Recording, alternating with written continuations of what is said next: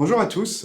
Aujourd'hui, je vais vous parler d'un projet que je trouve intéressant parce qu'il est pluridisciplinaire et international, donc entre différents domaines. Ça va de l'électronique, de l'éthologie là, pour le comportement on va dire, des animaux marins, ou encore l'hydrodynamique. Donc je m'appelle Gurvan Jodin, là, donc je suis voilà, le troisième coporteur de ce projet. À l'ENS Rennes, plutôt on va dire aspect électronique là, et capteur de ce projet.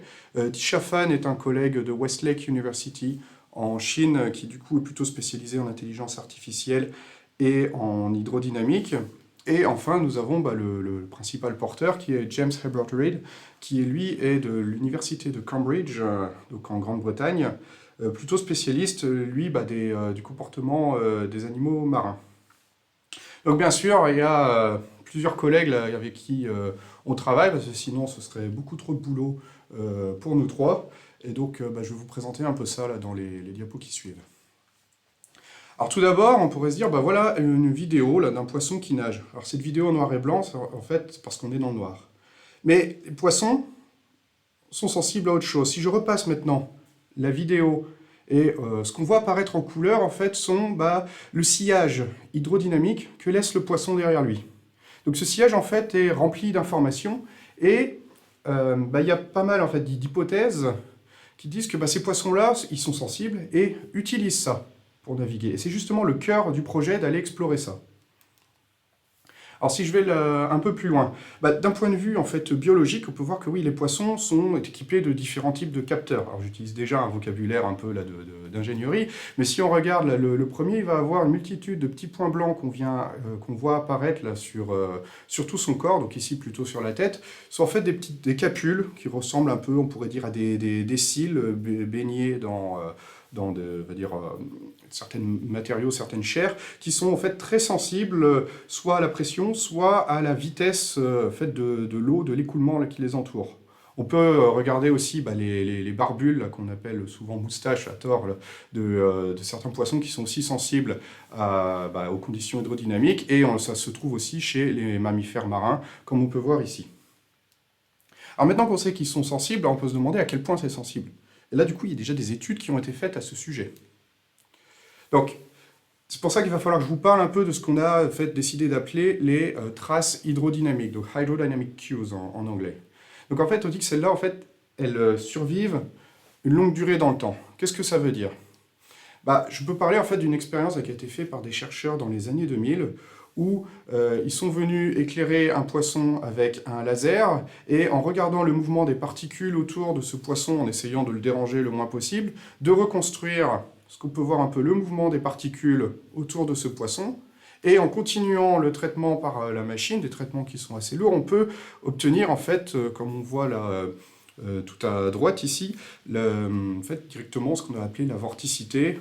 Ça permet de mieux voir en fait les structures tourbillonnaires dans le sillage de ce poisson. Et donc ces structures tourbillonnaires sont dynamiques, elles évoluent dans le temps, mais elles ont tendance à durer en fait un certain temps dans l'eau, et donc c'est ça qu'on appelle en fait nos traces hydrodynamiques. Alors les chercheurs sont allés encore un peu plus loin. Alors cette figure va être un peu compliquée à expliquer, donc je me lance. Quand on regarde en fait à chaque instant, on peut regarder la vitesse moyenne sur chacune des colonnes. Et donc ça, la vitesse moyenne sur chacune des colonnes me fait 1 point par colonne sur toute une ligne à un instant donné. Et donc on le fait pour l'instant initial où le poisson rentre dans la zone d'intérêt, et puis on le fait ainsi de suite au fur et à mesure du temps. Donc là on l'a tracé en couleur. Rouge, ça veut dire une forte vitesse de l'écoulement, due au fait que le poisson nage et se fraie un chemin dans l'eau. Et on peut voir, quand on arrive au niveau bleu, c'est un niveau en fait, qui correspond à la limite sensible, d'après les organes que je vous ai présentés juste avant. Donc quand on regarde au fur et à mesure du temps, entre 0 secondes et jusqu'à à peu près 5 minutes ici, on peut voir que l'on a encore des vitesses qui sont encore détectables.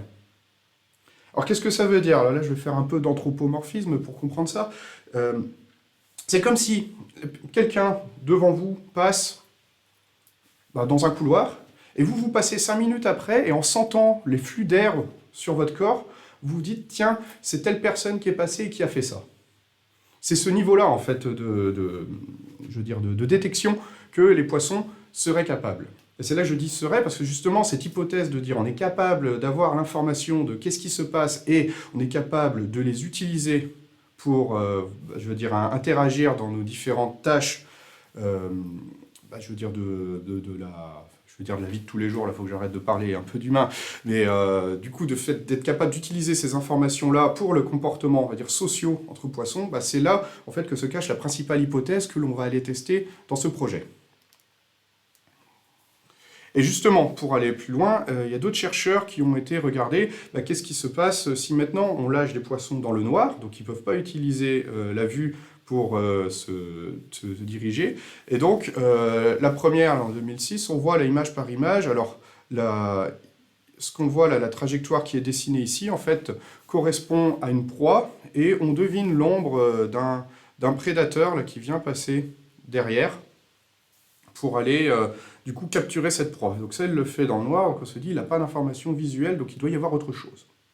D'autres chercheurs sont allés un peu plus loin en faisant donc, de la mesure tridimensionnelle ici, où on voit la trajectoire de la proie qui a été lâchée quelques dizaines de secondes avant le prédateur. Donc on voit que le prédateur a fini par atteindre sa proie ici. Donc capture, ça veut dire que c'est fini, pas forcément bien pour tout le monde. Mais en tout cas, voilà ce qu'on peut en déduire, c'est que a priori, même sans information visuelle, les poissons en fait sont capables de se diriger dans l'eau et même de suivre des proies ou des congénères. Alors du coup, c'est là que je vais vous décrire en fait les trois principaux objectifs de ce projet. Donc le premier en fait consiste à mesurer ces signatures, donc ce que j'ai appelé traces hydrodynamiques ici. Donc les mesurer, avoir une idée de leur taille, de leur stabilité dans le temps, de ces traces hydrodynamiques qui sont laissées dans le sillage de poissons qui nagent librement. Une fois qu'on a fait ça, on va regarder, en fait, on va essayer de quantifier en fait, comment un poisson répond à ces sollicitations. Donc comment est-ce qu'un poisson réagit quand il rencontre des traces hydrodynamiques qui ont été générées par d'autres poissons. Alors il faut comprendre aussi d'autres poissons de proie ou prédateurs dans des tâches en fait, de recherche ou d'évitement. Enfin, la troisième partie, pour être sûr que cette hypothèse est bien valide, il s'agit en fait d'aller détruire ou mimer, donc reproduire en fait des traces hydrodynamiques avec des dispositifs artificiels pour en fait là, pouvoir être capable de conclure sur le rôle de ces traces hydrodynamiques dans le comportement des poissons. Alors là, je vais vous parler du coup de la première étape qui est l'étape de mesure. Donc on peut voir ici, vu du dessus, là, le schéma de ce qu'on va appeler une zone, une expérience, où on va avoir un poisson qui est lâché au début et qu'on va laisser aller avancer jusqu'à aller trouver en fait un abri. Et derrière lui, il va laisser des traces hydrodynamiques. Donc maintenant, ces traces hydrodynamiques, on aimerait bien être capable de les mesurer. Alors comment on fait ça ? L'étape, on va utiliser de la vision par ordinateur, c'est-à-dire qu'on va avoir des caméras vidéo qui vont filmer les mouvements du poisson, puis ensuite, il va falloir, à partir de ces vidéos, on peut venir faire du traitement d'image pour déterminer, en fait, créer une base de données de position et de mouvement en fait, de poissons. Ceci va ensuite être utilisé dans un logiciel de calcul d'interaction fluide-structure pour être capable de reconstruire le sillage du poisson. Donc là, on peut dire très bien, mais ce n'est qu'une manière d'estimer, on ne sait pas si les résultats sont pertinents. C'est donc pour ça qu'il y a un deuxième système qui correspond en fait à ce qui est écrit ici, donc des capteurs de pression, qui eux sont en fait un développement électronique où on va avoir une multitude de réseaux de capteurs qui vont être donc mis dans l'écoulement. On va en récupérer des signaux de pression, et ces signaux de pression peuvent être comparés avec ceux issus de la simulation pour du coup venir valider ou voir à quel point les systèmes d'estimation fonctionnent. Alors, très bien, mais du coup, sur quel poisson on s'est concentré? Donc là, on peut regarder, en fait, on utilise un poisson-chat rayé, donc qui est une espèce, je veux dire, mis à part être très jolie, est aussi un peu dangereuse parce qu'elle est vénéneuse avec certains pics. Donc là, on voit des juvéniles ici, et là, on voit plutôt un adulte ici. Et donc, ce qui est intéressant avec ce poisson-là, si on regarde un peu plus en détail, c'est que vu du dessus, les numériciens vont adorer parce qu'il a un profil très aérodynamique ou hydrodynamique, et sa manière de nager est très, va dire, bidimensionnel, avec du coup essentiellement du mouvement de la queue du type anguilliforme. Donc ça c'est plutôt pratique pour être va dire, facilement calculé, et donc du coup essayer de deviner quel est le sillage qu'il a laissé. Donc là, je fais appel à des travaux qui font lieu d'une autre vidéo là, qu'on va vous mettre là, quelque part en description en haut, où vous pouvez voir justement des travaux qui ont été faits en utilisant de l'apprentissage automatique pour venir reconnaître la position à un poisson, jusqu'à aller l'importer dans un logiciel de simulation numérique. Donc je ne détaille pas plus. Cependant, là où je peux donner des informations supplémentaires, il s'agit en fait de la validation. Je vous ai parlé de capteurs de pression, donc les 3 points rouges que vous voyez, il s'agit en fait de 3 capteurs de pression je veux dire, qui étaient fonctionnels lors de cet essai que l'on a fait. Et si on regarde les signaux de pression, on peut comparer qu'il y a des choses qui sont quand même tout à fait encourageantes. Alors, on peut voir, à chaque fois, c'est le niveau de pression détecté par les signaux ou la simulation en fonction du temps. Notamment, on voit donc en brun la réponse, on va dire, ce qui a été mesuré, et avec les couleurs que je vais qualifier, on va dire, de bleu et de mauve, il s'agit en fait de différentes, on va dire, simulations ou différents réglages. Je ne détaille pas, encore une fois, allez voir la vidéo précédente pour avoir plus de détails à ce sujet.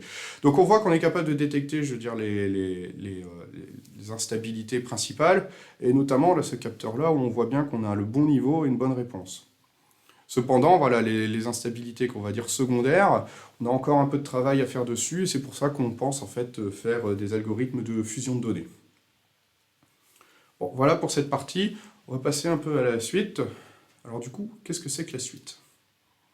La suite, c'est qu'on a maintenant en fait un certain nombre d'expériences qui ont été faites, je veux dire, même un nombre assez important, et c'est le fait de simplement utiliser de la vision puis des simulations, je veux dire, rapides, qui font qu'on est capable de traiter un grand nombre de données, donc de grand nombre de données avec différents spécimens, qui vont faire différents mouvements, voire même utiliser plusieurs poissons en même temps dans le bassin.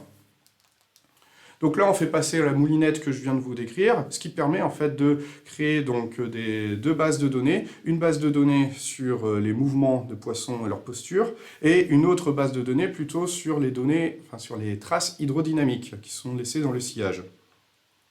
Ces données étant suffisamment nombreuses, en utilisant des outils statistiques, les éthologues en fait, vont pouvoir répondre au premier objectif qui, je le rappelle, s'agit en fait de mesurer la signature, la taille et la stabilité des traces hydrodynamiques qui sont laissées dans le sillage de poissons.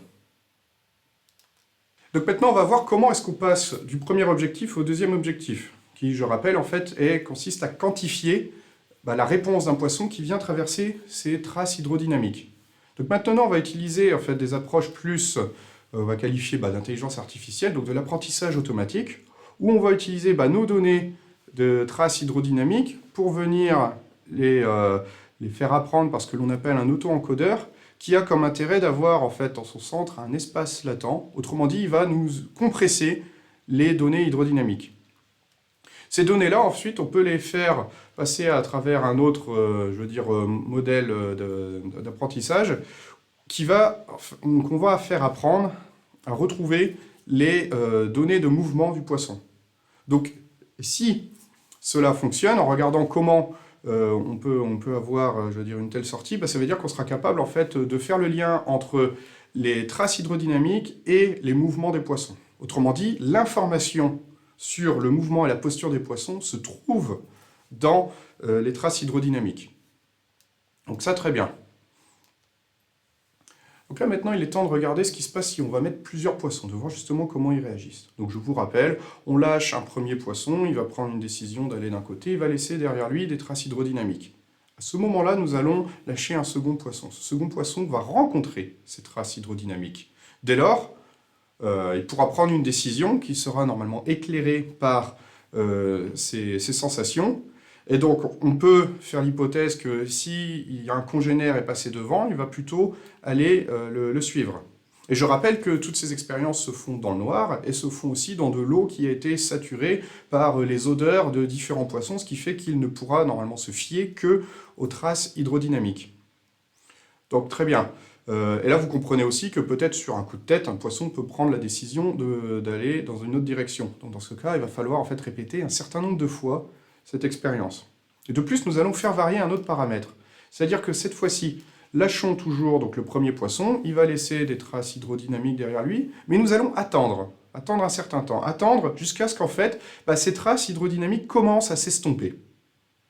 Dès lors, nous lâcherons un deuxième poisson et nous allons voir cette fois-ci quelle décision il va prendre. Et en faisant ces tests ainsi, l'idée c'est de voir en fait quelle est la sensibilité des poissons à ces traces hydrodynamiques et toujours comment ils utilisent ça dans leur choix.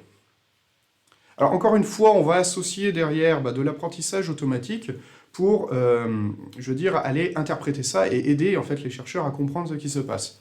Donc je rappelle, là c'était ce qu'on avait avant, où on a les résultats du premier objectif avec les traces hydrodynamiques qui sont, encodées dans un espace latent ici, ou en utilisant, donc j'ai juste été déplacé, mais ce réseau en fait, de neurones ici va nous faire donc une relation entre les traces hydrodynamiques et les mouvements du poisson. Rajoutons une autre entrée à ce réseau qui cette fois-ci sera en fait les perceptions et les mouvements qu'a fait le deuxième poisson qui suit le premier. Et cette fois-ci, nous allons voir si, une fois encore encodé dans cet espace, on va dire latent, donc les données compressées de traces hydrodynamiques, on peut voir est-ce qu'on est capable de déterminer en fait quelle va être la décision du poisson qui suit le premier. Et enfin, on va comparer en fait ce qui va se passer entre ce qui a généré le premier poisson et la décision du deuxième poisson. Là, ça nous permettra de comprendre en fait quel est le rôle de ces traces hydrodynamiques dans les tâches en fait, de décision, des tâches de suivre ou d'éviter un congénère ou au contraire une proie ou un prédateur. Nous arriverons là du coup à la troisième étape qui s'agit donc de détruire ou imiter des traces hydrodynamiques. Alors là, ça va être un peu plus technique parce qu'on va le faire en deux étapes. La première étape, c'est, rappelez-vous, on a toujours notre modèle qui permet en fait de compresser les informations de données hydrodynamiques. Et la première étape, c'est on va l'enrichir avec des données issues de dispositifs artificiels. Ça pourrait être un robot, ça pourrait être quelque chose qui bouge dans l'eau mais qui est contrôlé, une machine. Voilà. En utilisant donc du coup ces données-là, on va être capable d'entraîner un autre modèle qui lui va pouvoir nous dire pour telle trace hydrodynamique, alors c'est tel actionnement dans l'eau qui l'a fait. Une fois que ceci est fait, on pourra dans un deuxième temps réutiliser ce modèle qui est entraîné pour comprendre en fait ou trouver le contrôle optimal de dispositifs artificiels qui vont être dans le bassin au milieu des poissons. C'est-à-dire, là, schématiquement, on va avoir des éléments qui peuvent bouger ici. Ces éléments venant vibrer vont générer un sillage. Et l'idée, c'est que ce sillage-là puisse en fait influencer le comportement du poisson. Soit les faire fuir, soit les faire suivre. Une fois qu'on aura fait ça, en fait, là, on pourra se dire, d'accord, là, on a compris en fait, quel est le rôle de ces traces hydrodynamiques. Alors j'arrive à la fin de ma présentation, et vu que j'ai parlé à la fois au passé, au présent et au futur, c'est en fait un projet là, qui est en cours, qui est donc financé par le Human Frontier Science Programme. Donc on est très reconnaissant parce que c'est un financement assez conséquent qui permet quand même d'aller assez librement explorer du coup ce projet qui, il faut le reconnaître, est quand même assez risqué et que je reconnais aussi, je trouve ambitieux. Là pour l'instant, on est à la moitié du projet. Donc on a déjà des résultats encourageants avec des premières expériences avec les poissons, l'électronique se passe bien, on est en train de faire les premiers apprentissages des algorithmes de type intelligence artificielle, et donc on continue, et j'espère que très bientôt on vous donnera des nouvelles à ce sujet. Merci d'avoir regardé jusqu'ici, et puis très bientôt pour une prochaine vidéo.